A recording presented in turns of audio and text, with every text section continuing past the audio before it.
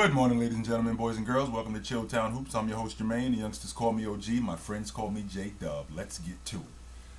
So, the playoffs have basically been set, along with the play-in tournament.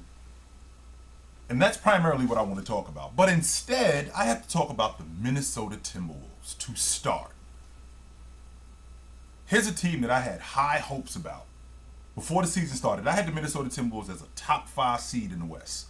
And just as late as 2 weeks ago, just as late in the season as 2 weeks ago, they were half game out the 6th spot. This thing was working. The addition of Mike Conley, more of a distributor, not just more of a distributor, a smarter point guard, a better defender. He got them easier shots in transition, which is what D'Angelo Russell wasn't getting them. He just fit better with them. It was working. Jaden McDaniels, arguably the best perimeter defender in the league. His defense had improved. Anthony Edwards was starting to become that guy that I thought that he was going to become. This team it looked like it was working. But then we got this nonsense, which is a simple exchange of, yo, I need you to rebound. Well, why don't you play some defense? Well, if Rudy's taking a swing at him, I think it's a little bit more than just, yo, you played some defense, yo, you rebound. I think it's a little bit more than that. I don't think it's just that. Because if it was just that, then it would have just stayed that. Is it Rudy tired of hearing from Kyle Anderson constantly on his case? Which would be shocking to me, considering Rudy is their best rebounder. He's their best interior defender. He's their best rim protector. So, where is this coming from? This constant barrage of rebound. Now, after a while, that starts to get old. All right, I heard you the first time. I heard you the second time. You're not going to keep yelling at me about this when I'm doing it. So what happens now is the Minnesota Timberwolves, the same thing like Golden State, where Golden State made it clear to the NBA, Mr. Silver, we got this covered. Let us handle this. Let us handle this. Now, what I don't want to do is, I don't want to go overboard, but I cannot not do anything. I have to do something, right? Something has to happen here, because we just had a fight where one guy, it wasn't a shoving match. No, we actually had a guy throw a punch at another guy, and then which turned into an altercation on the bench during the game. So something has to happen here. Now, I also have to be mindful that whatever I do now sets a precedent. So I don't want to be emotional about this, because if I end up suspending Rudy for this game tomorrow, and they end up losing, which I think that they will, that means that moving forward, when something like this happens, that's the precedent. So if I suspend Rudy and a game check, he's not just suspended, no, he's suspended and a game check. That's the precedent moving forward. Same thing happened with the Clippers. They had an altercation on the bench between players, which we've seen before. We've seen players on the bench yelling at each other. We've seen players on the bench get in each other's face. For a guy to throw a punch at a guy, that's a bit much. And to send the other guy home in the second quarter, so in the middle of the game, we sent them home. I do think that this could get squashed. I don't think that this is something that can linger and turn into something way different. No, I think we can squash this. I definitely feel like we can get to the bottom of this. The question is how? We get in a team meeting. Listen, I was at a line for that. And we squash it. What we're trying to do is we're trying to win. But we got to get to the bottom of it now, before this goes any further. Will he get suspended? Again, what my original thought is I don't want to be emotional, but I cannot not do anything. Something has to happen. And I'm thinking, do we suspend him or do we just make him write a check for $100,000? I don't think that's enough. That may not be enough. We may have to do something more. But we don't want to do something drastic where now this sets the precedent. Yo, Rudy, you suspended for 2 games. Well, wait a minute. I don't want to go that far. But I do want it to be handled internally. Yes, I do. I don't want the NBA to get involved in it. This is a team matter. We can handle this. I think we can get to the bottom of this. Let us handle it. Now, as for the playoffs, I think Minnesota loses tomorrow to the Lakers. So they're not going to have Rudy, who is, again, their best interior defender. He's their best rebounder. He's their best rim protector. They're not going to have Jaden McDaniels, who's their best perimeter defender. Naz Reid is out. So this is essentially a gift to the Lakers that they're going to end up in the 7th spot. They're going to end up in the 7th spot, and Minnesota is probably going to have to play New Orleans again in their building for the 8th spot. Except they're going to be down Jaden McDaniels because he's out for the season. He's out for the season with a broken hand.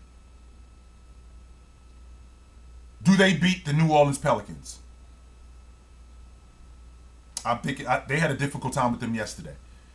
And I don't think that they, with Cat playing the way Cat plays, because he gives me what I call Chris Webber vibes. I think the talent is incredible. I don't think that it's matched. I think that him individually, he's awesome. But when the bets get higher, he folds. And because of that, I can't bet on Minnesota. Because of that, I can't bet on them. In this particular situation, I can't bet on them. So I got the 1 seed, which is Denver, possibly going against New Orleans in the 8th seed. Then I got the 1 seed, then as opposed to the 1 seed Denver going up against Minnesota. I do think that Minnesota could beat New Orleans. I just can't bet on them to do it. I'm not 100% confident like I am with other teams. I think they could beat them. I just don't think that I'm just not 100% confident about it. That's all that is. Memphis and the Lakers. I think if Memphis is going to beat the Lakers, they got to do it quick. Because the longer this series lasts, the less likely I'm betting against the Lakers. No Brandon Clark, their best rotation player. No Steven Adams. So that's 2 bigs that are out. Jaren Jackson, who is their best defender, not just on the interior, but their best overall defender and their best rebounder. He's prone to pick up dumb fouls. That's who he is. That's what he's done. And I think that the Lakers will exploit that. James being who James is, James being who James is, he can do it in stretches. He can't do it like he did 5 years ago, where what you saw yesterday with him cracking 8 threes and going for 36. If you think that that's going to be on the regular, that's not, you're going to be completely wrong about that. You're going to be disappointed because that's not going to be the case. Can those other guys that are running with him step up in the playoffs? And I think that they can. And the reason why I think they can is because the attitude will simply be from James. I don't have enough heart for you. I don't have enough heart for you. I got enough heart for every last one of you guys. I just need you to roll with me. Continue to run the offense through Anthony Davis, which I would like to see him involved in the O a little more. Jaren Jackson pushing Anthony Davis off the block. I think to some degree that helps. And the reason why that helps is because what that does is that opens up the rim for opportunities for guys to get to the rim. Because now you're dragging that big guy out of the paint. So I think that helps them. So if Memphis is going to beat these guys, they got to do it quick. Because the longer, I'm not betting on Memphis in game 6. I'm not betting on Memphis in game 7. No, I'm not. So if they're going to beat the Lakers, they got to do it quick. Sacramento has their hands full with the defending champs. I think the defending champs handle them. I don't think they smoke Sacramento, but I do think that they handle them. They don't have to go that far. Sacramento is an hour and a half bus ride down the road, so I don't think that they have to go that far. The fact that Sacramento plays as fast as they play, they got the number 1 offense in the league. They got one of the best clutch players in the game in De'Aaron Fox. I think that helps them out tremendously. But the way that the Golden State Warriors play, the way that they move the basketball, not just the way that they move the basketball, the way that they defend, with having Gary Payton back in the lineup, with having Gary Payton II back in the lineup, that helps because what he's going to do is he's going to pick up De'Aaron Fox full court in an attempt to slow them down and slow this offense down. And what Golden State also does a great job at, they make teams guard for stretches. And that wears you down offensively when you got to guard for stretches. So I think that's going to be important for Golden State. I think Mike Brown could get out coached in this particular situation. I do think that. I would actually like the Clippers in that series against the Suns if Paul George was healthy. But I don't think offensively they have enough firepower. Now I think that Coach Ty Lue, I think he's going to do a good job in making those guys defend. And I think the same idea that he had with Anthony Davis on the block, I think that's going to be the same idea with Kevin Durant. We got to jump him, and we got to jump him early and often. We can't leave anybody one-on-one with him. We can't do it. I can't leave Kawhi Leonard one-on-one with him. And I'm not going to leave Kawhi Leonard one-on-one with him. Now, I'm not sold on Phoenix going that far because I think it's a disrespect to all the other teams who've been together and who've created chemistry. You know, to get a guy on your crew who's only played 8 games and to think that they're just going to march through the playoffs, I think that's a total disrespect to the other teams in the league. I just don't. I don't buy that. I don't buy that logic at all. So I would like the Clippers more in this series if Paul George was healthy, but he's not, and it doesn't look like he's coming back anytime soon. I really like Russ with this Clipper unit. I think Ty Lue puts him in spaces where he can be successful. He gives him the ball early and lets Russ be Russ. And I've said this to you guys in the past. Russ is going to throw the ball in the second row. That's who Russ is. Russ is going to shoot the ball off the top of the backboard. That's who Russ is. But Russ is also going to hit Zubac rim running. Russ is also going to take the pressure off Kawhi Leonard as a primary ball handler and a playmaker. He's going to get Bones involved. He's going to get Marquise Morris involved. He's going to get himself involved. He's going to rebound the basketball. He's going to do all of those things to help your unit move forward.